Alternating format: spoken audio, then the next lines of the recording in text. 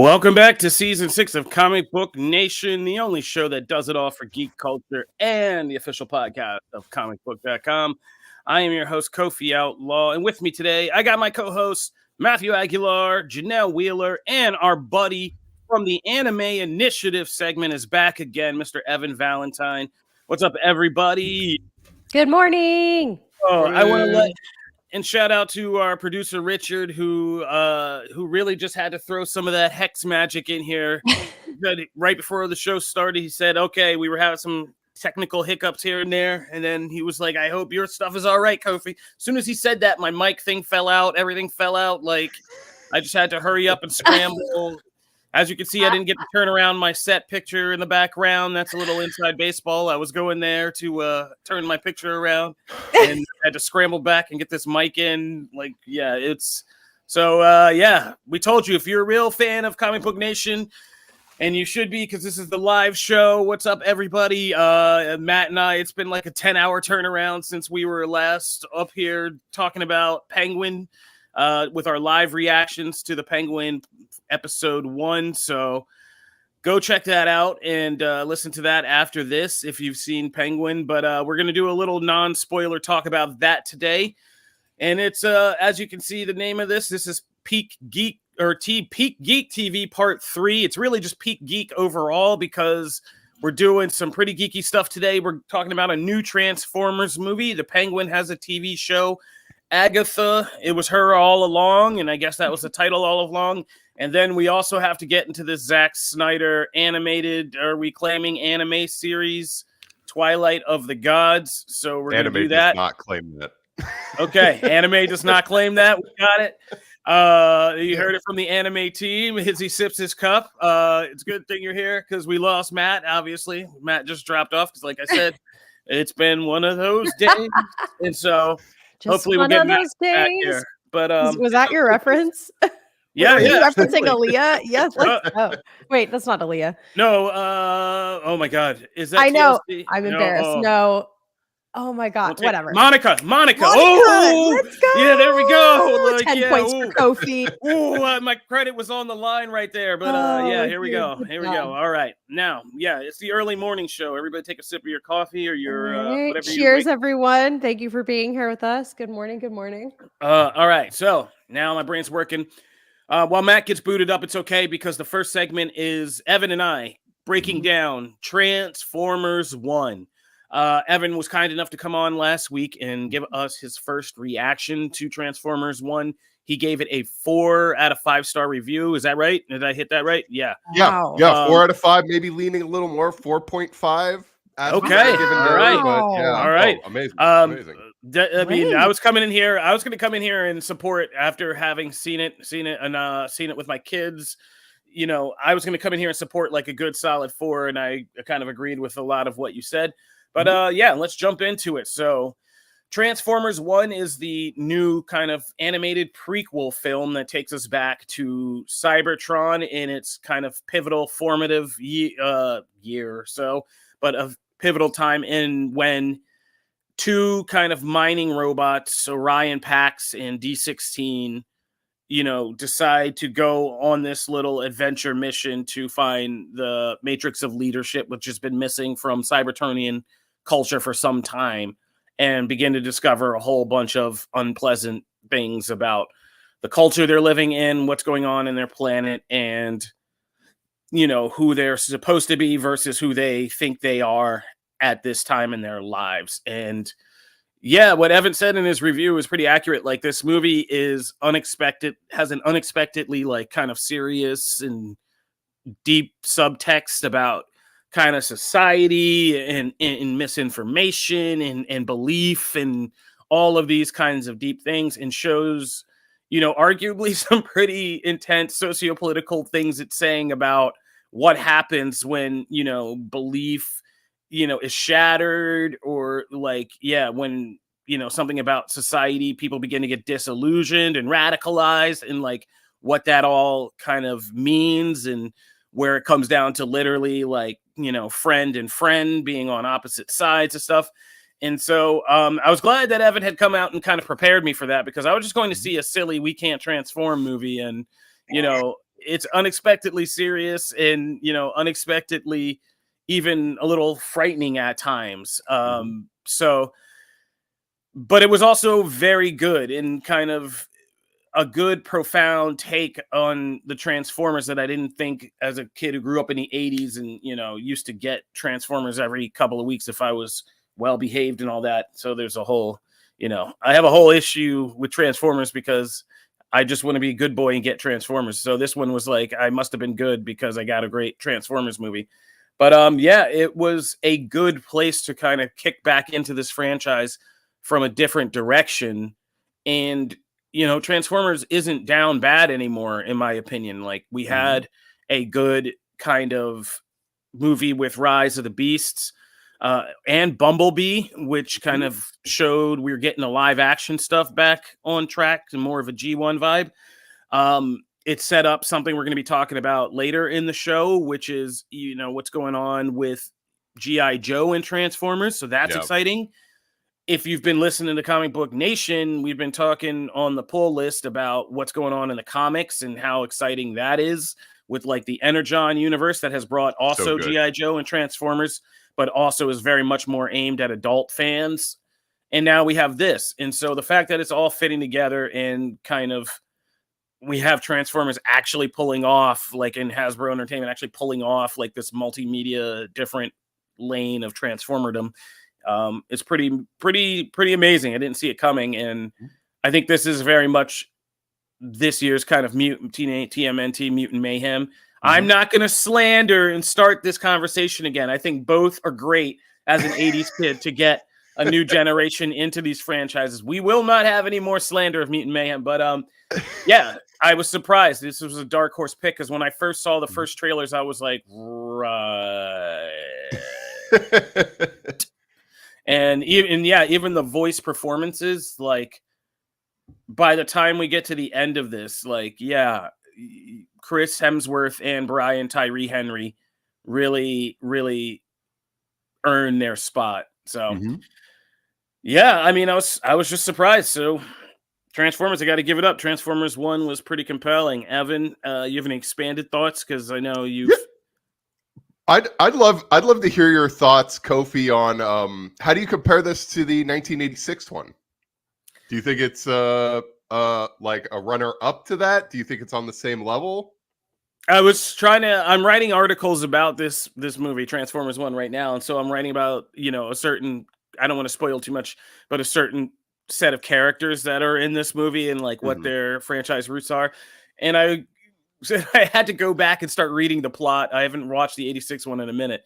And I was just like, oh yeah, that's how they factored into that movie. And I was like, oh yeah, that movie was silly as hell. But it was silly and so like over the top, but also like weirdly violent and dark. And especially for a generation of kids who went into that movie thinking like we're gonna see our heroes, you know, prosper and all this. It came out like just like what? Yeah, like our heroes are dead, like, and no offense, but that new hero they tried to push on us never really took. Sorry, Rodimus, I love you, man. Really cool toy. Do we love him? Yeah, really cool toy, but I thought the 80s were going somewhere that it was just not going. We were not going in a Rodimus Prime direction. But yeah, this was much more kind of, like I said, serious and worked on the level of being great for kids, but also doing some serious stuff that as an adult you really get. And as a longtime fan, really kind of expands your understanding of this conflict that is so iconic between Megatron and Optimus Prime. Yeah. So yeah, it was really well done. Yeah, it does a fantastic job of establishing Orion Pax and D16, which is their names before they become Optimus Prime and Megatron. Like Kofi mentioned, the fact that this is basically a breakdown of societal a breakdown of like a society in terms of like the inner workings of Cybertron and everything. Much like Kofi, I was shocked at how good this was. I was not expecting to go into this. I was like, when I saw it originally, I was just like, okay, well, they're gonna try like animated stuff. But like aside from it looking really good, it just has a story that really kicks. I think that especially with like a lot of the jokes too land really well. I thought that Keegan Michael Key's Bumblebee was great. He has that running joke where he constantly creates a name for himself that always lands. I thought that was hilarious. But it also does it does a fantastic job. I think I said this last week when I jumped on.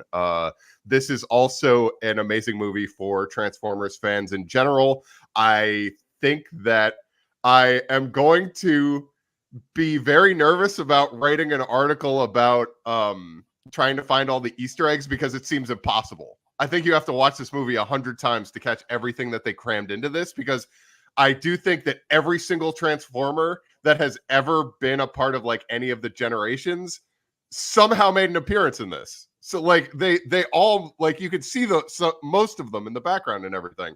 So it's really cool. I do hope that this is, Kofi kind of mentioned it, that we are in something of a new age for the Transformers. This has certainly gotten my attention. I thought Rise of the Beasts was good, but I am going to be way more hyped now for Transformers G.I. Joe, with both this and the Energon universe stuff that has just been amazing in the comics. I hope that they're able to take lessons from both Transformers 1 and the comics, smash them together, and give us an amazing movie where Snake Eyes drives Optimus Prime. I've been waiting to see that in live action.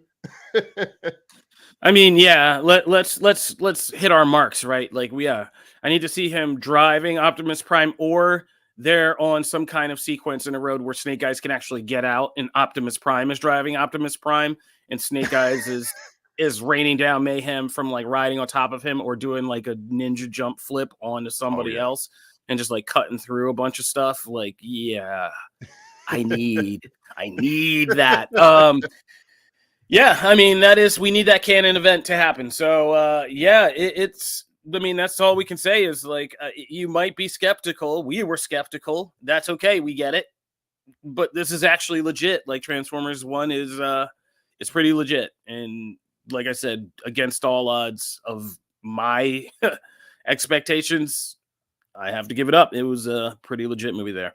All right, so I think we've done enough we can do without like spoiling a whole bunch. And plus, Janelle's gonna probably fall asleep if we don't move on to something else. I'm interested in Transformers. I think this sounds awesome. Like a year ago, I know. I'm eating crow. I'm eating crow. You guys have kind of sold me on it. I was talking in the chat. I'm like, guys, I might actually just check this out. Yeah, this will be. I mean, this is gonna be a good one. So you might want to hold on to the good ones, because you're gonna if you get stuck watching these a million times, you want it to be some of the good ones, Yeah. Yeah. We're definitely be watching like retro titles for sure. The Labyrinth, Beetlejuice, like Edward Scissorhands, all of my Drop Dead Fred, all the 80s movies that I grew up on. What a pull. If they let you. If they let you, they take everything. They just take everything you try to share with them and reject. Oh, and they're like, I want to watch this wild thing that you will totally not like. And you little terrorists. All right, let's move on to something that I was just talking about. The Penguin. Like I said, we have an entire kind of reaction show. Matthew Aguilar and I did a whole thing at Penguin After Party, and we're back 10 hours later, but I want to hear what everybody thinks, so I'm going to throw it to Janelle. You kind of are on the fence sometimes about this kind of content, but you did like the Batman. Go back and listen to our review of the Batman. If you're going to be watching Penguin and doing a recap with us, be sure to go back and listen to our, Season 4 review of the Batman, because that was a good one. But what'd you think of Penguin, Janelle? This is the episode of me just eating crow, because I am blown away by this show already. I had a couple people come into my chat this week and say, "Oh, what are you most excited for, Agatha or Penguin?" I said 1,000% Agatha. I like fantasy. I like magic. you know, I don't really like crime drama. Like I didn't even watch, what is the one set in the Ozarks? My husband was like obsessed with it. True Crime or something. It was a huge show. Everybody loved it. And I was like, eh. And I finally watched the like Alaska series or whatever season. Wow. I am blown away. I am just so pumped at what they've done with telling kind of this, or starting the telling of how the Penguin became who he is. Like, I feel so enthralled and like caught up in this story and where it's going and how it began. I'm honestly just freaking pumped. I don't think I've been this excited for a show since like Ted Lasso, obviously in a different way. Wow. Yeah. I was like, we just in a went different from, way. like... And it's totally different. And it's surprised. You know what I mean? Surprised. Because when I love both of you take a sip, right? I was like cued. But truly, like, this was really unexpected for me. There was actually moments of humor, which I didn't expect. Like literally the end, I was laughing. I was like, this is so great. And the cast, truly everyone in each role is spectacular, and I'm just eating it up. I'm so about this, and thank you for everyone for being patient with me during my struggle of the lead up to this and not being as pumped as everyone else was.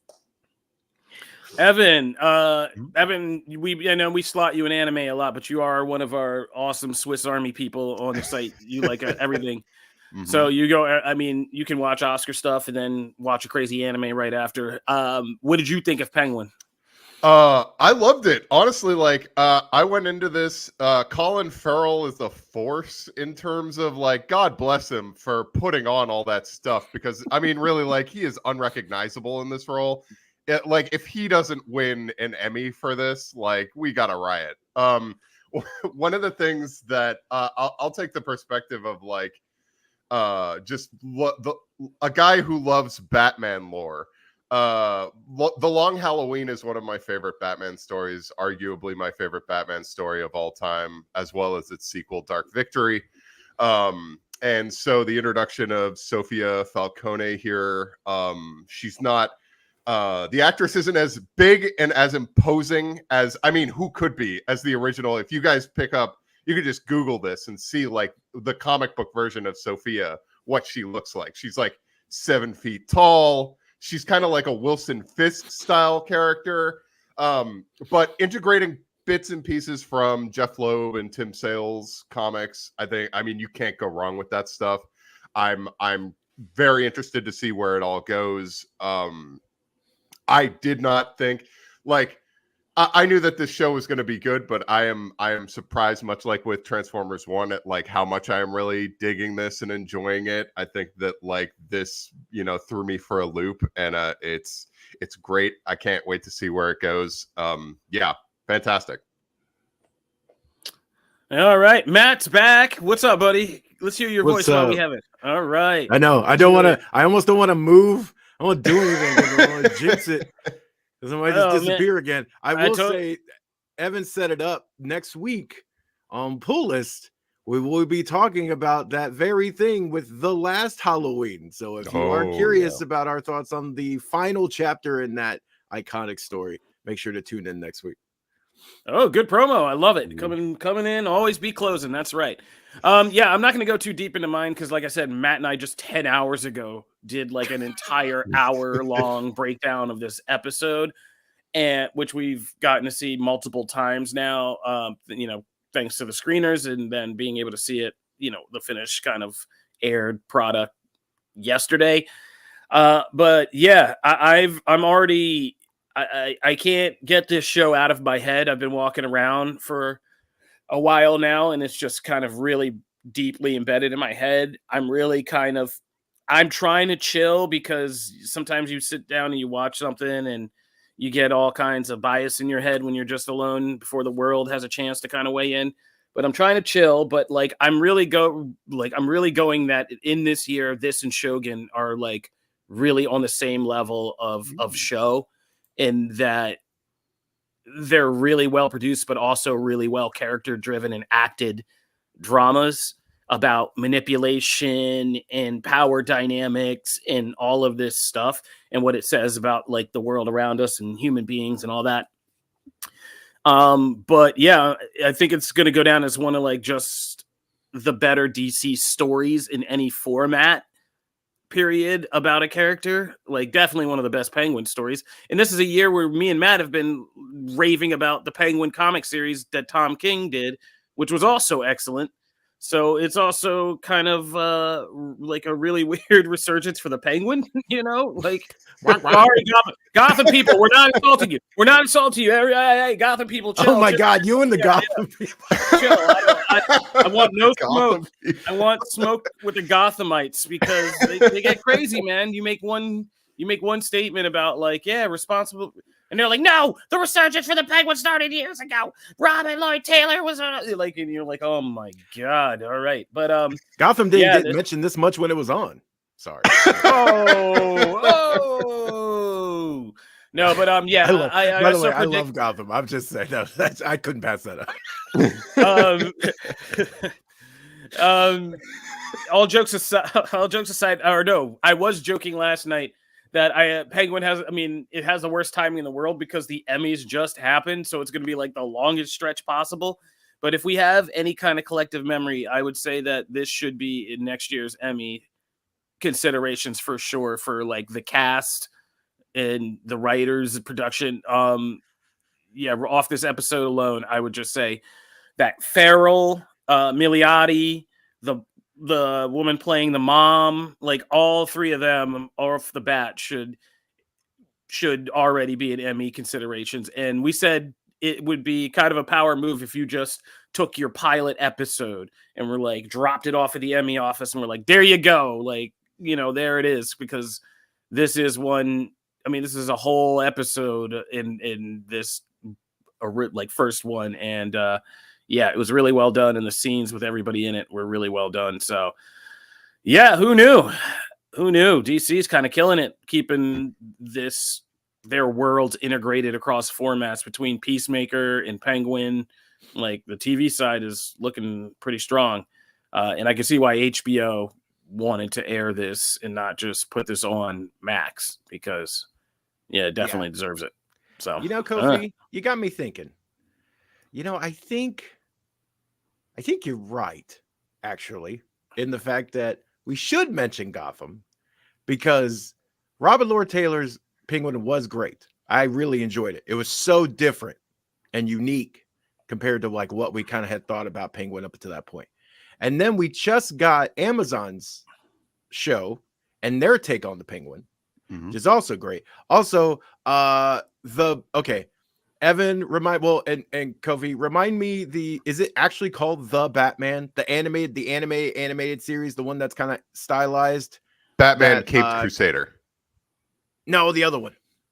I think it is The Batman. Yeah, I think it's actually The Batman, right? The one The Batman. Oh, the one where the penguin knows kung fu. Yeah, The Batman. Yes. Okay, I love that Penguin. Okay, because he's so tiny and he's doing all these kung fu moves. I adore it. So, like, really, I think we've been in a Penguin renaissance for like years. But I think it's kind of reached its peak. I think this is like peak Penguin this year, and it's all been building. And really, is the Penguin better than the Joker now?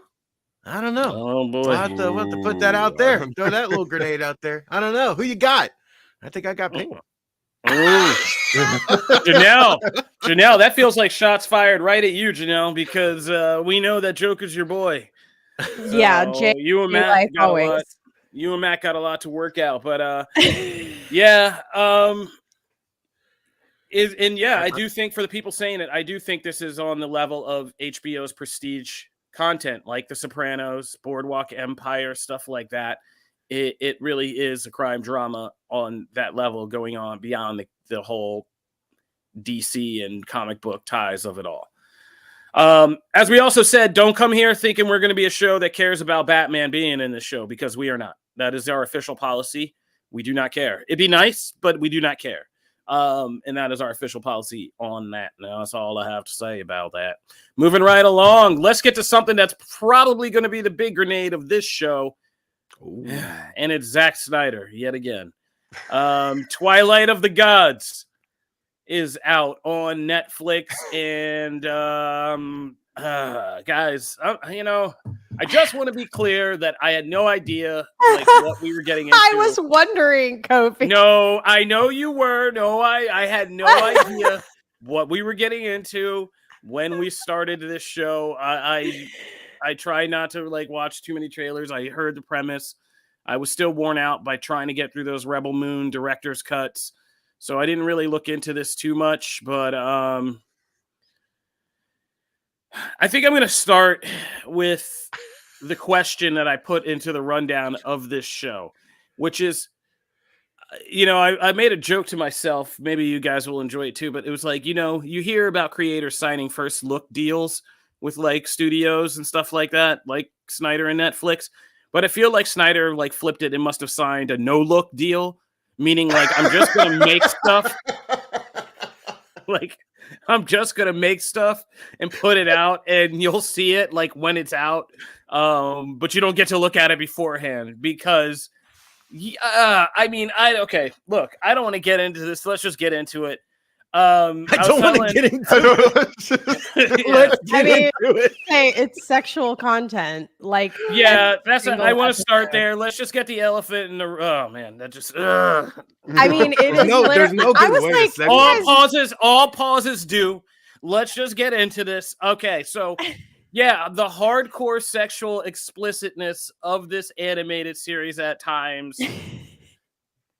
It's just I used to, and I'm just stressed because that I was the biggest Zack Snyder, DC era fan on this show. Mm-hmm. And, Rebel Moon really frustrated me. And now this has just been I can't anymore. I can't get into this and be yes, no, this is the art. This makes sense. Blah, blah, blah. I just keep thinking that, there had to be meetings about this show. There had to be discussions about this show. There had to be a team of animators who were given the instructions to animate cartoon dongs and have that be done, and reviews about this and is this the physics of it? All of this stuff, right? That had to be part of those discussions. And I'm just what are we doing? It just feels like Colonel Kurtz at this point. This serves nothing. We're going into hentai territory now. What are we doing? And it's just for what reason? There's no real logical reason for this. And I grew up, as me and Evan were talking about, in the Ninja Scroll era.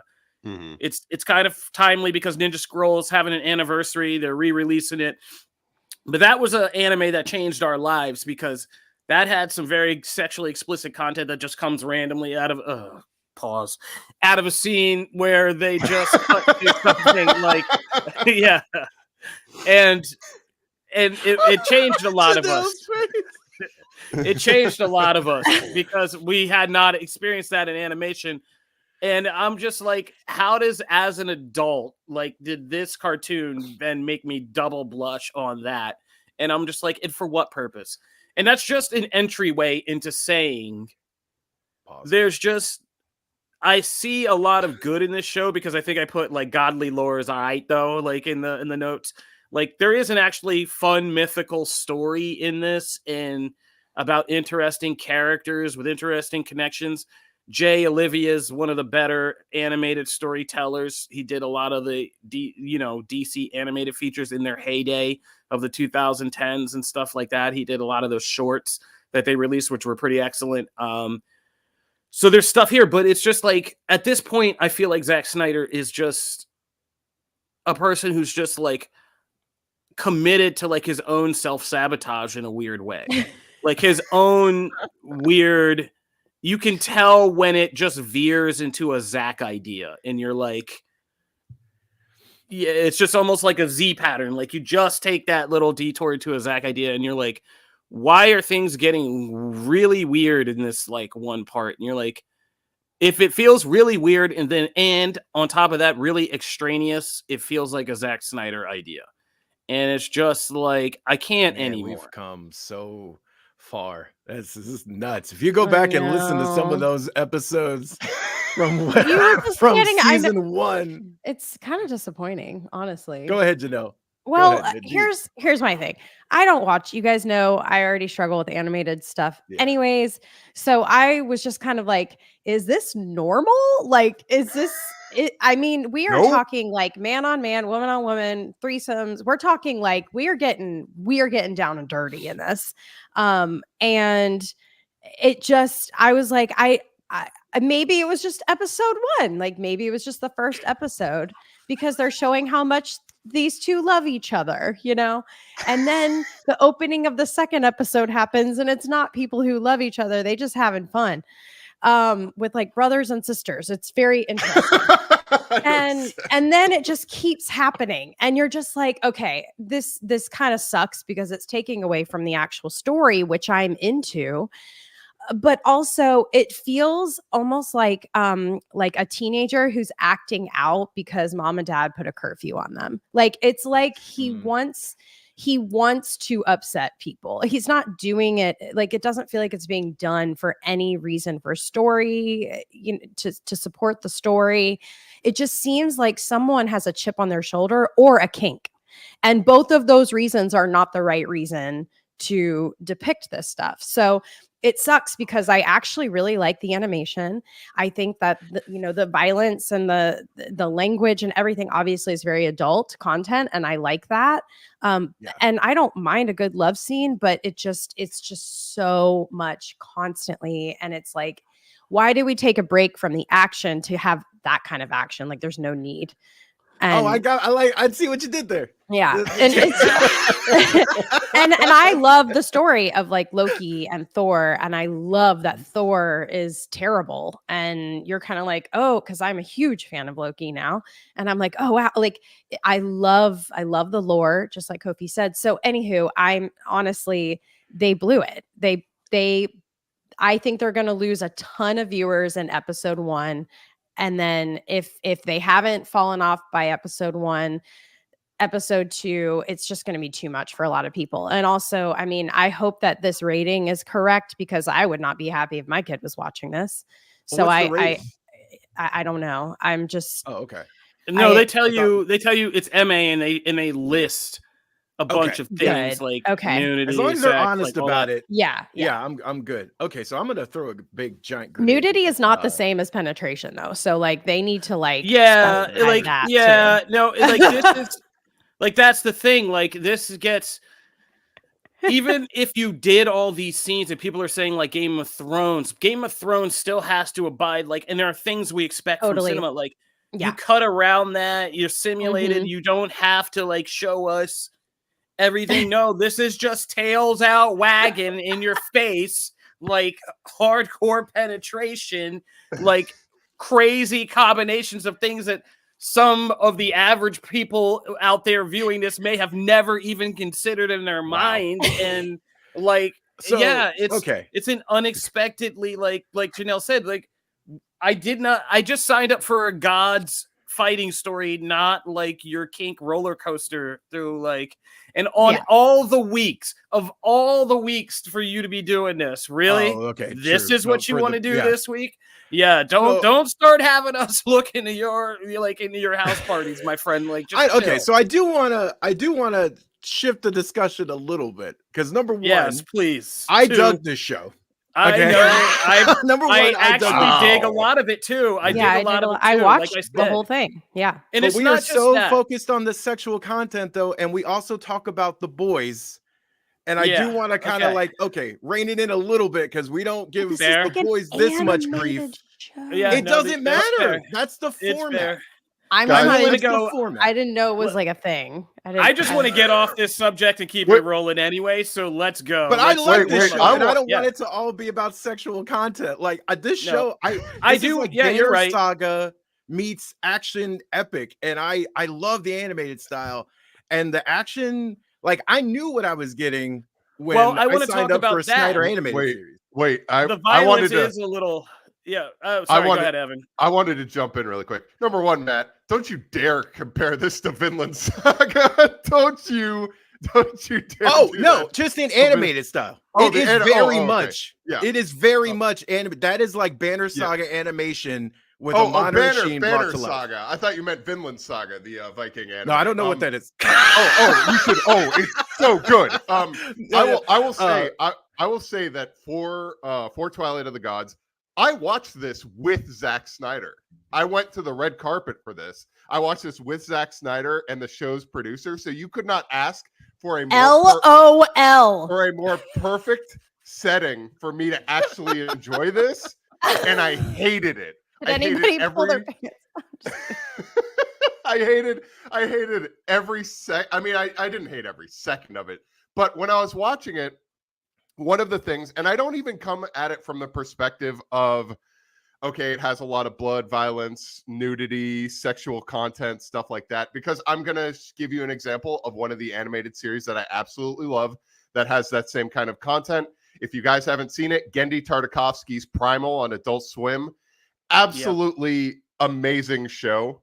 It has all of that horrible like content, and or not horrible content, but it has all that content in it. And it is absolutely puts this show to shame. Yeah, it's man. And Blue-Eyed Samurai came out in the same animation style and had some pretty ridiculous scenes in that, but that knew where to pull back, quite literally, to just like insinuate and kind of show you something gross without having to show you like everything about it. That's the thing. It's just like I said, I feel like I'm beginning to see every Zack Snyder project just be like this weird collection of idiosyncrasies and just weirdness or kinks. And it's just like, it's kind of weird. But look, on the positive side, yeah, I like the lore and I like the characters and even the vocal performances and the kind of magic lore we get in this. I feel like some of the violence gets a little gratuitous as well. Like when Thor's just like popping people and stuff like that.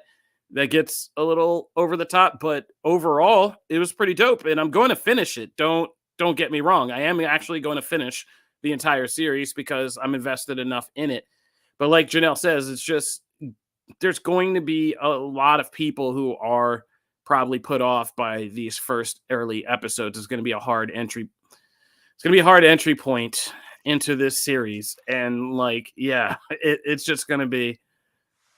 It's going to be interesting to see what the reactions are to it. But you know, is it okay if we like jump to like the 300 thing since we're already talking about Snyder?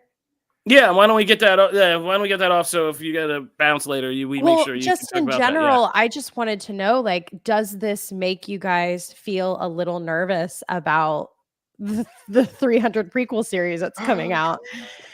Because I know, Kofi, you said you kind of lost a little bit of faith. It does a little bit, but I also think that the 300 prequel, and what we're talking about, we were going to do this later in news, but we're going to do it right now, is that Zack Snyder, during the press tour for this, has confirmed that he is developing a 300 prequel TV series. And I actually have faith in that because it seems like it's a pretty easy thing.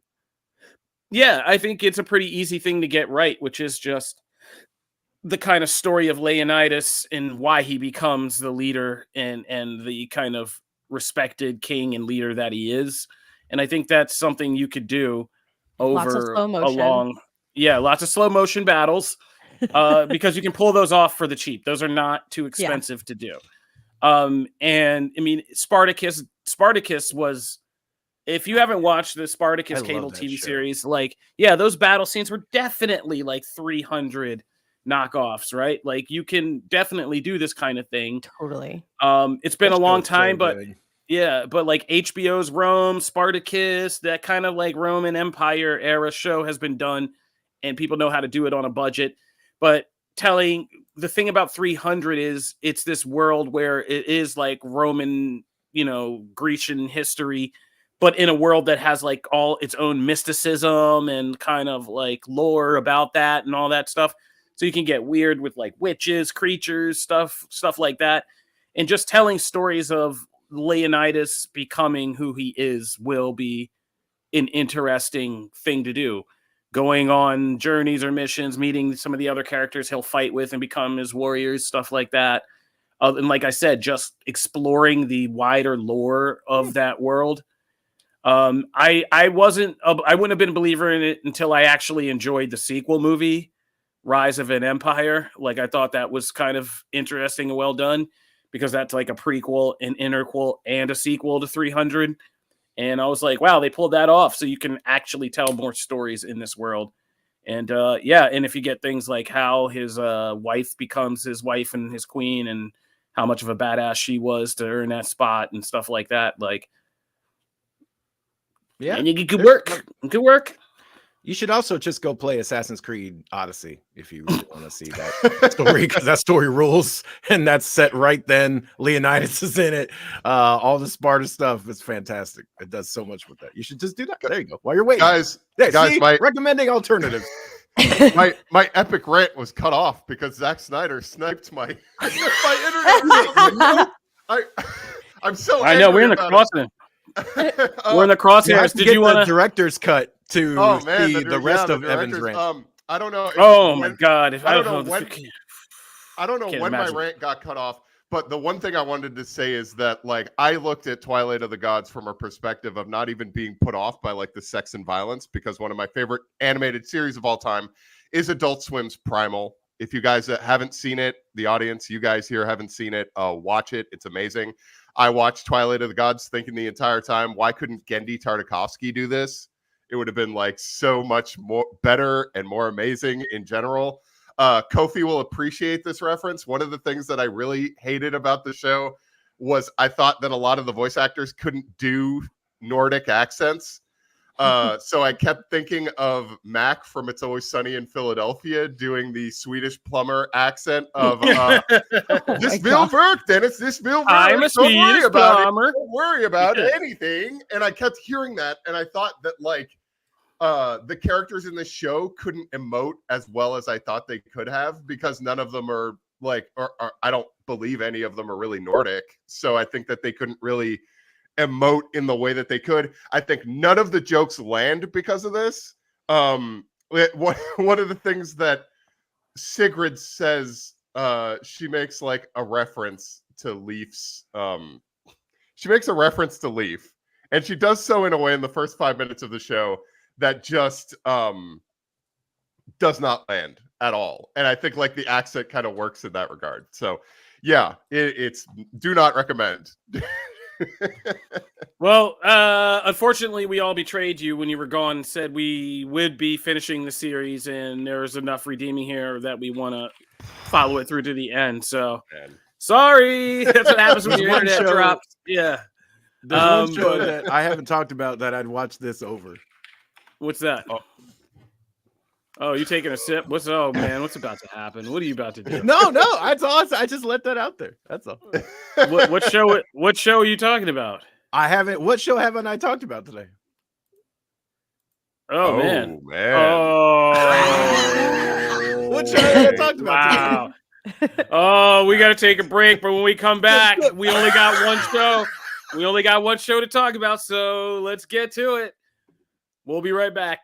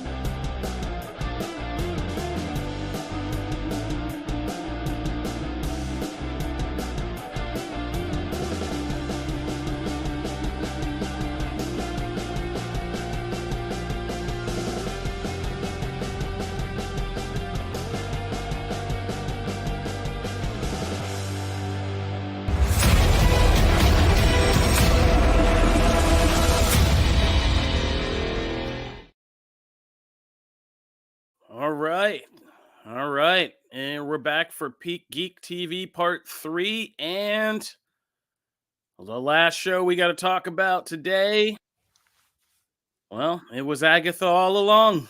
That's the one we got to talk about. Here, Matt, you just teed up that you're going first on this one. So, tell us, buddy, what did you think about Agatha All Along? Oh, that you know how before we talked a couple weeks ago in the trailers, and like some of the trailers had started to kind of win me over, and I thought this show is like 2 years too late, and I don't know why this show is happening now. But then it seemed like okay, they kind of knew that, and so they were taking that into account, right? And so I was like, all right, well maybe win me over, and then I watched the first episode, and I glanced twice at the time remaining during this show and went, oh God, there's 38 minutes left. Oh God, there's 15 minutes left. Like everyone knows, we've talked about WandaVision before. I am not as high on WandaVision as many others, including our own Janelle, which that is her favorite show. So I will not denigrate WandaVision. I'm just saying I'm not as high on it as others. So this proposition was already kind of a sell for me, right? And then we get here, and the first 35 minutes of this first episode is nothing but this awkward, very boring procedural thing that if I want to watch good procedural TV, I'll go watch Law and Order. So it doesn't do that. And I don't care about the little teases that are so obvious that it's just like, oh my God, there's just nothing grabs me in this show until about 40 minutes in? I think it's like 40 minutes in when we start like kind of moving ahead and kind of making a major, and I won't go into spoilers obviously because I know it just came out and I won't like dive into all that, but the plot kind of catches up to the kind of present timeline of things, and then we start moving that way. Then we get interesting. So then I thought, okay, slow start. Right, I'm gonna give it. They release 2 episodes at a time. Okay, I'm in, right? Because I know this. We're good. And then I watched that episode, and I could not get into that one either until about 35 minutes in. And then we start moving the story ahead, and I go, "Oh my God, is this gonna be a pattern?" Now I will come clean. I haven't seen I didn't have access to screeners and stuff, so I know some people saw kind of the first 4 episodes and things like that. So I don't have that context. I'm just watching what, we're all watching kind of together. And there's some cool things there. Aubrey Plaza is amazing. Every time she's on screen, she is fantastic. She steals the show for me in every way. There was just not enough here for me to kind of get wrapped back into this story. And if I take even the appreciation I have for kind of what WandaVision was doing, which I have lots for, because it was recreating classic TV, all that stuff. If I even take that out of it and I just look at this as a show, I was just bored. That's so wow. So that's why I'm gonna keep watching this show because we cover the stuff and we watch it. But if I didn't have to, I would have dropped it. I'd drop it after 2. So that's where I am. I know I'm probably in the minority. I understand. Feel free to throw the tomatoes. I get it. So, but that was me. Ooh, okay, all right. There we go. Maddie said it with his chest. Janelle, how did you feel? This was my most anticipated. I was very excited about this. And just in the trailer that's playing right now, we did not get any of that stuff that I was most excited for, which was spooky, Halloween-y vibes, witchcraft, all that stuff that I was really looking forward to, costuming, really cool sets, all that stuff, all the magical stuff. You're right. We didn't get it. And Matt definitely has such a good point. I think that the opening took way too long to get through into the actual magic mysticism, what we're doing here. I don't know why. I feel like they just invested so much in it and they were so excited about this, reference back to WandaVision that they got somebody got ahead of themselves. Somebody just got too excited, but I'm loving where it's going. I really think that this is going to be something that I look forward to weekly for, my Halloween spooky vibes. It's actually creepier than I thought it would be. Like, I was like, oh, okay, this is actually kind of creeping me out. Like, some of these things are kind of creepy.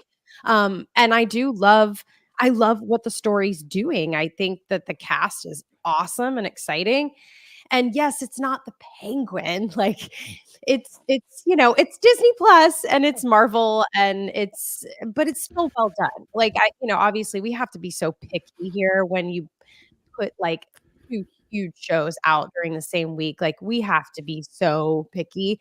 But if this launched like next week and Penguin had its like huge moment this week, I think I would be absolutely thrilled about this. It's just obviously the Penguin really impressed me. So I'm more pumped about it, but I'm also very excited about this. Like, I am loving Agatha All Along. It's giving me like my Hocus Pocus fix. Like, it just makes me happy. And that's what I want this season. I'm stuck in my house. I have a very young baby. I'm not going anywhere. So watching this helps me get into the spirit of Halloween. And I'm all about it. Like, very happy about this. I'm so happy that it came through and we decided to continue on. This wasn't X'd. And, I know that they're cutting back content on Disney Plus, but gosh, this makes me wish that they weren't, because I really, really like this. I like this on the same level as Moon Knight so far. And I know that that's a grenade. I know that is, but it just feels good to have a Disney Plus show. It feels really good to have an MCU show. I love them. I want more of them. Live action, not animated. We lost Evan to the spinning circle of death. It's Agatha. Janelle talked too long. I'm sorry. He's in the Phantom Zone, but yeah, I grew up with Hocus Pocus. I grew up with The Craft when I was a teenager. Shout out to the original Craft, not the remake. But so I like a good witch story, and yeah, I was pleasantly surprised about how much I enjoyed this. Question: did from the sound about how you're reacting to the opening, did either of you guys see Mayor of Easttown? No, I don't even know what that is. Okay. All right. Yeah. I figured that's a big factor in this. I think they overbet on how many people know about Mayor of Easttown. That was that Kate Winslet show. It's about Pennsylvania. She plays like I know of it, but I have not seen it. Yeah. It was like a hit a couple years ago. And probably when they started making this, it was like what everybody was talking about on HBO. And so it's kind of a mix of True Detective and Mayor of Easttown. That's what they're doing in the beginning when she's going around saying, like, talking fresh to everybody, like, in the town. That was Kate Winslet in this thing about, like, a hard body, like, Pennsylvania detective who's in town, Pennsylvania, and has to solve a murder mystery. Yeah, so that was a whole WandaVision homage take to True Detective, Mayor of Easttown, and that whole HBO kind of cop procedural thing, mystery thing. And so I got that homage and I enjoyed that. I thought that was funny. So I thought that opening was kind of funny with her in that role and kind of poking fun at like kind of the roles that like women get in these TV shows and stuff like that. And so I thought that was fun. I totally liked it. It just took too long. Yeah, but I knew what they were doing there, and I was like, but I was wondering, I was like, how many people really did watch that show? It was big in my group because it was about Pennsylvania. They literally have a scene, some insane scene on like the college I grew up on, and it's so funny to see it in the show. And so like we had a whole Pennsylvania thread where we were all talking about how crazy that show was. But yeah, I don't know that a million people were watching because this was during the streaming wars, and everybody was like, nobody was HBO Sunday night wasn't what it is getting back to being now. Evan's back. Yeah. Hey. Oh wow. I'm cursed by Zack Snyder this morning. I would say like for my review of this, I'm somewhat in between Matt and Janelle's take on it. I think that it's fine.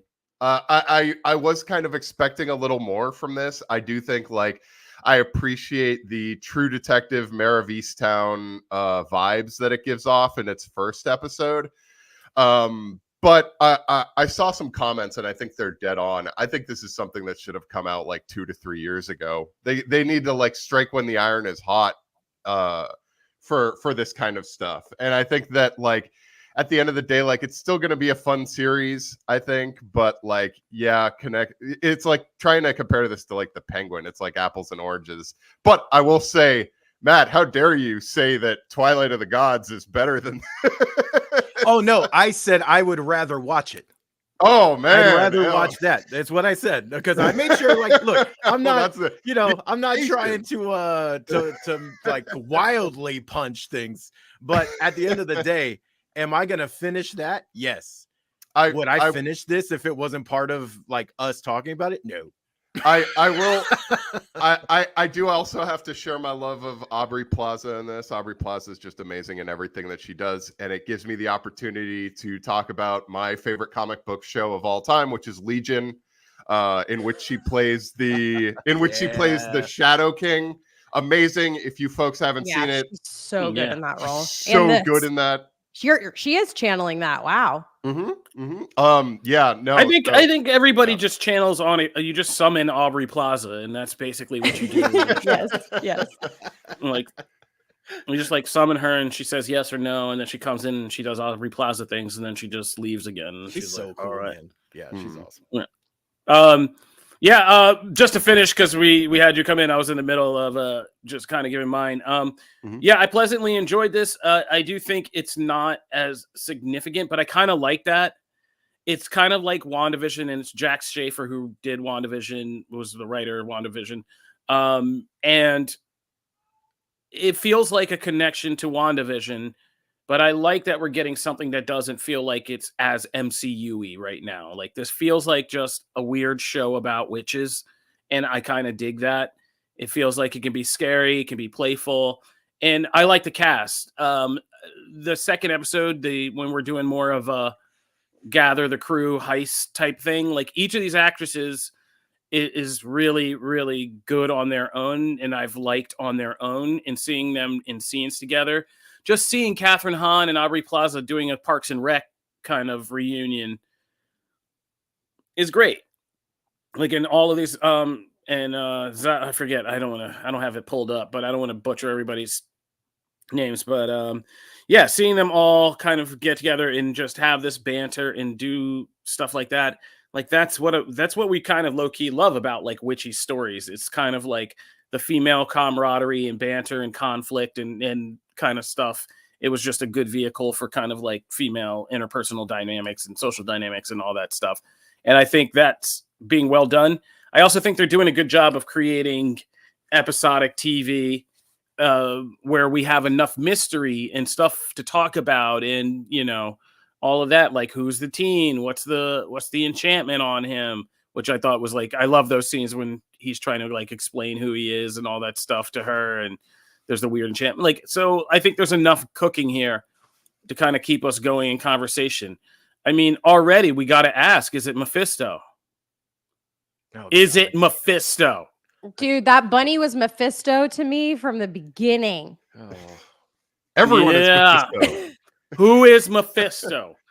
I hated this discussion during WandaVision. I hate it now. Is it Mephisto? Somebody's got to tell me. God. Is that what's at the end of the And none of those mysteries are actually mysteries. It's so sad. It had so much potential to be God. Mephisto. If I see a dumb name I already know written down magically again, like no duh is all I wanted to say during the first episode of the freaking show. Aubrey, if you find out that Aubrey Plaza is the MCU Mephisto, you're gonna be mad? No, because it's Aubrey Plaza, and she could be, typeface for all I care. Just bring her into the MCU. Good pull. Excellent pull, Matt. Excellent pull. David, I will. Oh yeah, David Brooks says that she's Nightmare. I thought at one point they even dropped like a Blackheart reference, so I'm like Blackheart, Nightmare. Like, yeah, I could see those being the things. But if she's Blackheart, does that mean she knows Mephisto? Are we gonna get to meet Mephisto? Guys, what's the Mephisto of it all? That's all I want to know. All right. Comic Book Nation, the only podcast where you will get references to Typeface and Blackheart. Mark it. That's true. I am proud to be a part of this community. Can someone one more day me with a brick, please? But I mean, it's a nice series, but I mean, also as our I'm trying to think. Did we have any other? Oh, Loki season 2 was this year. Oh man, it's been a long year. So yeah. But a short one at the same time. Yeah, it has been quick and long at the same time. I will say, like, I just want everyone to know full out that, like, absolutely not, like, this is way better than the Twilight of the Gods. Just, I don't want anyone to get it twisted and think that, like, this is so much more enjoyable to watch. Just saying, it doesn't make you go, ugh. Well, I made a weird face for the people who are just listening, because I have to dip out here soon, and I just wanted to make that known. Watch this, not Twilight of the Gods. Hard pass. Watch the other one. watch Twilight of the Gods. Watch them both, and then come back to our podcast. And hey, listen, it depends. All I'm gonna say is it depends on what kind of night you're trying to have. Okay, like. If you want something a little spicier, go watch Twilight of the Gods. Why not? And if you're just trying to have like a good time, a little wholesome MCU time, watch them Agatha All Along. Just don't get those two things like crossed up, and you'll be fine. All right, Janelle, you got to dip out of here. I do. Thank you so much, you guys. I'll see you next week. Oh, talk to you. Have a good week. Oh man. All right. So we are on to close the show. We got to talk about a little bit of geek news. We ran a little long, but there's some things to talk about. We first got a little bit of an update on the Transformers G.I. Joe movie. Do you want to take that one, Matt?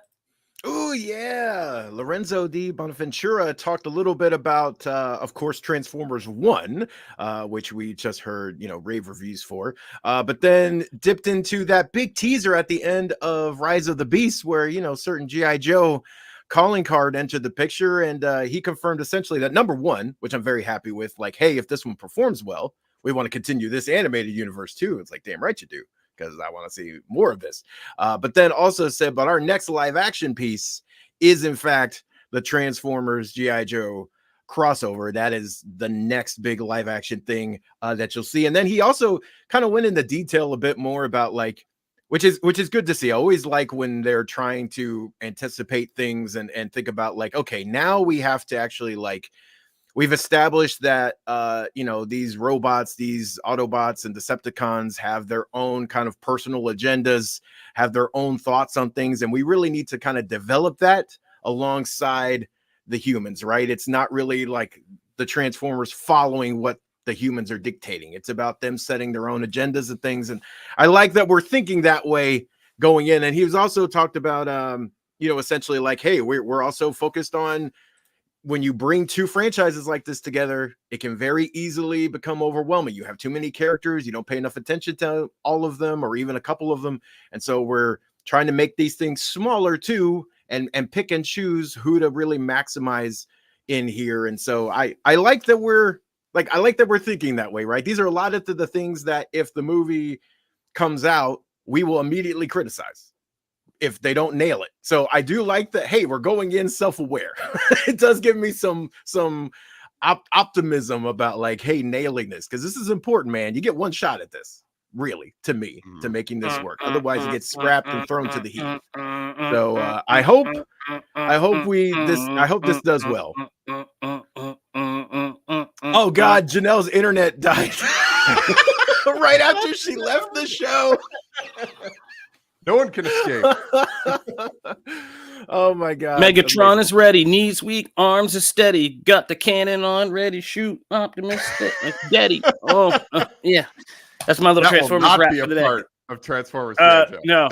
No, I think we're all ready for this. I think we've seen it work on the page really well, and I like that they're going to keep it small. I think you don't have to go too big, too long. I mean, I think a lot of the fun of that initial movie is having kind of each of them discover one another, like what happens in those. Because that was, the whole opening act of the first Michael Bay Transformers movie is underestimated for how good it is about like nailing that whole story about a teenage boy, getting his first car, trying to impress a girl, like doing all that before you get into like the madness of it all and the mystery of what the car is, why it's doing what it's doing, and all of that with Bumblebee. So doing that in a more serious kind of like espionage mission type deal that runs into a thing where suddenly a vehicle just transforms into a huge robot and stuff, and having to deal with that, like those are going to be the scenes that are funny, and that's why you need like a good cast of human actors and people who can like really play off that. But like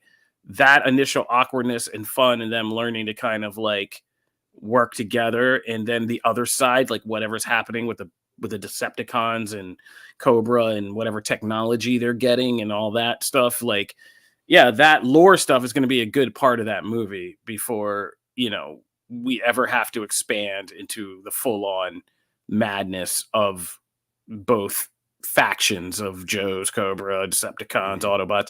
So like, let's keep it like focused on a small mission with 2 unlikely partners, or just a set of unlikely squad members together, and like, let's keep it small. And it's funny to hear that from Lorenzo di Bonaventura, of all people, the man who's known for small things and small thinking in cinema. So I'm kind of pumped for that. All right, last but not least, we did the 300 show. So Evan, why don't you take there's been some big announcements on the One Piece season 2 front. I mean, we haven't checked in with One Piece season 2 because we do have Anime Initiative now, so you guys kind of nail all that stuff. But this news I felt like was big enough. One Piece, we had a great time with One Piece season 1 over here. It broke a lot of us into the One Piece universe. So what's the latest on the casting that's got everybody a buzz? So this actually leaked before the Netflix Geeked Week event, which was very funny. Someone at Netflix pulled the trigger a little too soon and confirmed it on their website. But Joe Manganiello, who is known for things like Magic Mike, Pee-wee's, what's the name of the recent Pee-wee movie? Well, one of the recent Pee-wee's Big Adventure movie, as well as playing Deathstroke in Zack Snyder's Batman v Superman: Dawn of Justice, will be taking on the role of the next big bad for One Piece, Crocodile. He is a hook-wearing Sandman. I guess that's kind of the best way to describe him. He has the ability to turn into sand. He can manipulate sand. He can take the moisture out of things when he touches them.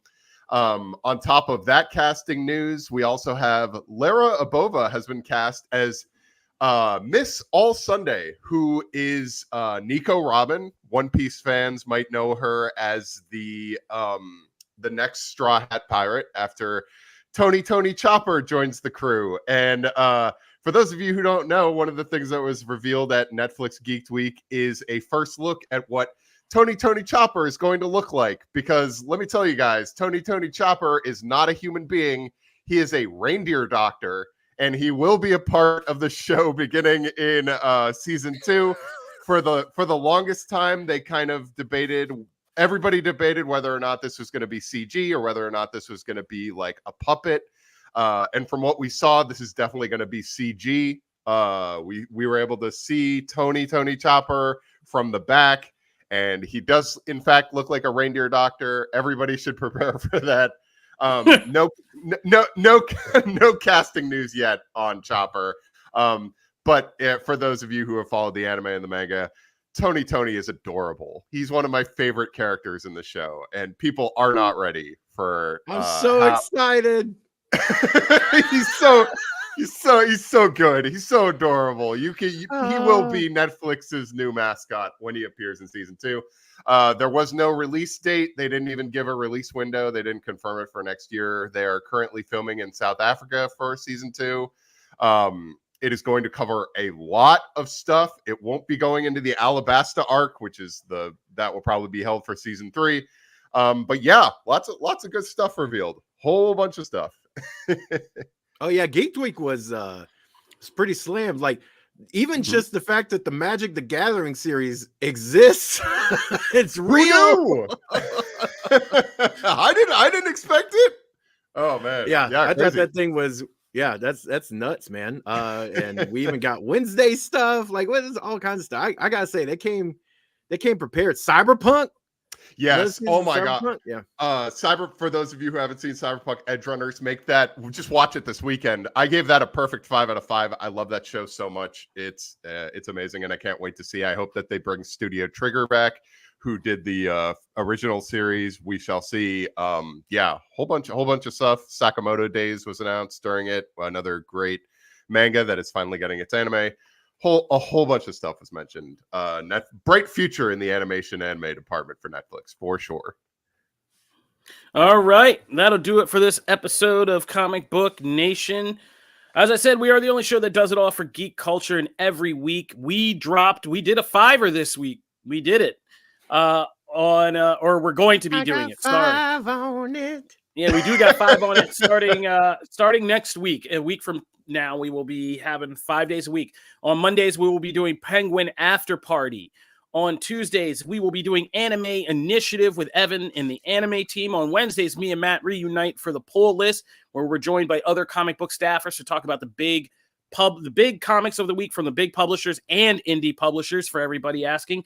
Thursdays, we will be doing the one recap, our recap of the Rings of Power Season 2. We're coming down to the end of that, so stay tuned for those big kind of finale episode recaps about that and about the future of that show or not. And on Thursday as well, Quick Save. Our gaming team does Quick Save, where they talk about the latest in gaming news and deep dive into gaming culture topics. And on Fridays, as you know, we do a live show here and talk about the week in geek with you guys, our fans. Shout out to everybody in the live chat. Chris Chipperson, Addy-O, Fire Grill, thanks for joining us today. B Roller 13, Mama Wheel, Janelle Wheel, who is now part of the comment section. Brywood, our longtime fan. Brywood. Agents of Phantom, Cheesy Comic Shop. You know, everybody who's always here with us every weekend and still with us at this earlier hour. We appreciate it. Zach Gingrich on YouTube. I think I'm scrolling as fast as I can, guys. If I missed you, be back next week and we'll try to get you in there, because we love to shout out the chat and everybody who keeps joining us. That's it. We're out of here. We are Comic Book Nation. Peace. Deuces.